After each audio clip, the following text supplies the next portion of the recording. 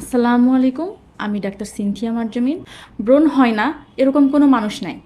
ছেলে মেয়ে বৃদ্ধ সবার ব্রণ হয়। তো ব্রণ হওয়ার কিছু কমন কারণ আছে। তার মধ্যে বয়সন্ধিকালীন সময়টা হচ্ছে সবথেকে বেশি জরুরি। এই সময়টা ছেলে মেয়ে সবার মুখে প্রচুর পরিমাণে ব্রণ হয়ে থাকে।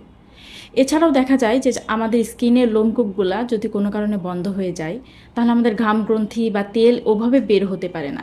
সেই ক্ষেত্রে ব্রণের সমস্যাটা দেখা দেয়। আবার দেখা যায় যে কারোর মুখে কখনো কোনো ব্রণ নাই, সারা বছর ভালো, সারা জীবন ভালো। দেখা যায় যে শেষ বয়সে 30 বা 40 বছর বয়সের পরে যে টি-জোনে ব্রণ দেখা যায়। তো এই ব্রণগুলা যে বয়সেই ব্রণগুলো হয়ে থাকুক না কেন, সেটার কিন্তু ট্রিটমেন্ট আমরা একই রকমই দিয়ে থাকি। সাধারণত প্রথম যারা টিনেজ বয়সে যে ব্রণগুলো আমরা দেখি, সেটা একটা সার্টেন টাইমের পরে আর হয় না, সেরে যায়। আবার অনেক সময় দেখা যায় যে সারা জীবনই মানুষকে ব্রণের বোঝাটা বয়ে বেড়াতে হয়। তো এই ব্রণের ব্যাপারে আমরা কিভাবে মুক্তি পেতে পারি? প্রথম বিষয় যে আমাদের সবাইকে একটা সুন্দর স্কিন কেয়ার রুটিনের মধ্যে আসতে হবে।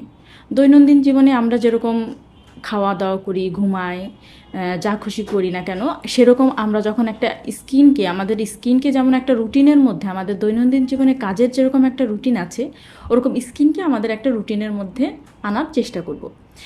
এরপরে তারপরেও দেখা যায় যে আমরা স্কিনকে পরিষ্কার করছি, আমরা ক্লিন করতেছি, তারপরেও আমাদের ব্রণের সমস্যাটা যাচ্ছে না।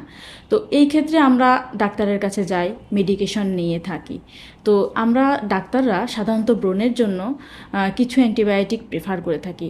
এছাড়া অনেক সিভিয়ার ব্রণ যে ক্ষেত্রে হয়, যেগুলো আসলে অ্যান্টিবায়োটিক বা কোনো রকমভাবে কিউরেবল হয় না, সেই ক্ষেত্রে আমরা আইসোট্রিটিনয়েন সাজেস্ট করে থাকি। এছাড়া দেখা যায় যে আমরা স্কিনকে এক্সফোলিয়েট করার জন্য বলি। এক্সফোলিয়েট করার জন্য আমাদের গ্লাইকোলিক অ্যাসিড, আরবুটিন এসব জিনিস আমরা সাধারণত সাজেস্ট করে থাকি।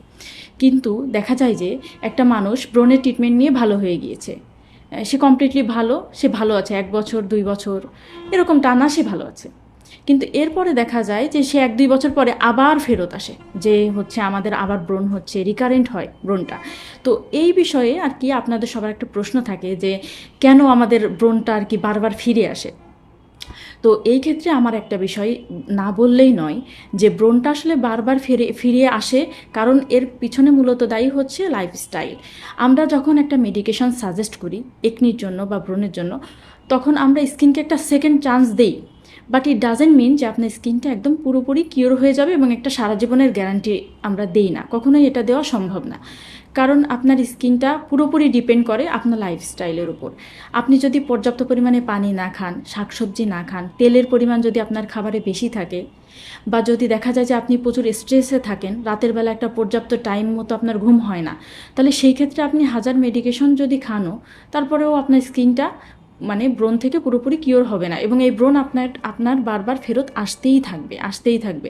তো এই ক্ষেত্রে আমি মনে করি যে প্রথমে আপনাকে লাইফস্টাইলটা ঠিক করতে হবে। আপনি যে খাবারগুলো খান সেই খাবারটাকে হেলদি করতে হবে। বাইরের ভাজা পোড়া বা জাঙ্ক ফুড এগুলোকে অ্যাভয়েড করে ভেজিটেবল বা সবজি জাতীয় খাবার, কম তেল দিয়ে রান্না করা খাবার, সিদ্ধ খাবার, এগুলো যদি আমরা খাই, তাহলে পরে আমরা ব্রণ থেকে মুক্ত থাকতে পারবো। আর স্কিনকে যত্ন করতে হবে, আপনার স্কিনের জন্য কোনটা সেনসিটিভ এবং কোনটা আপনার স্কিনের জন্য ভালো, সেটা আপনাকে নিজেকেই ফাইন্ড আউট করতে হবে। এইভাবে যদি আপনি একটা প্রপার লাইফস্টাইল এবং প্রপার একটা সিস্টেম মেনটেন করতে পারেন, তাহলেই আপনি ব্রণ থেকে মুক্ত থাকতে পারবেন। তাছাড়া মেডিসিন আপনাকে সারা জীবন প্রোটেকশন দিবে না। আপনাদের যদি কারো ব্রণের সমস্যা থেকে থাকে বা অনেক দিন ধরে আপনারা এই সমস্যাটায় ভুগে থাকছেন, কোনোভাবে সমাধান পাচ্ছেন না, তবে এই বিষয়ে আমি আপনাদেরকে হেল্প করতে পারি। আমার অ্যাপয়েন্টমেন্ট নেওয়ার জন্য আপনারা বাঁচাও হেলথ পেজে যোগাযোগ করতে পারেন।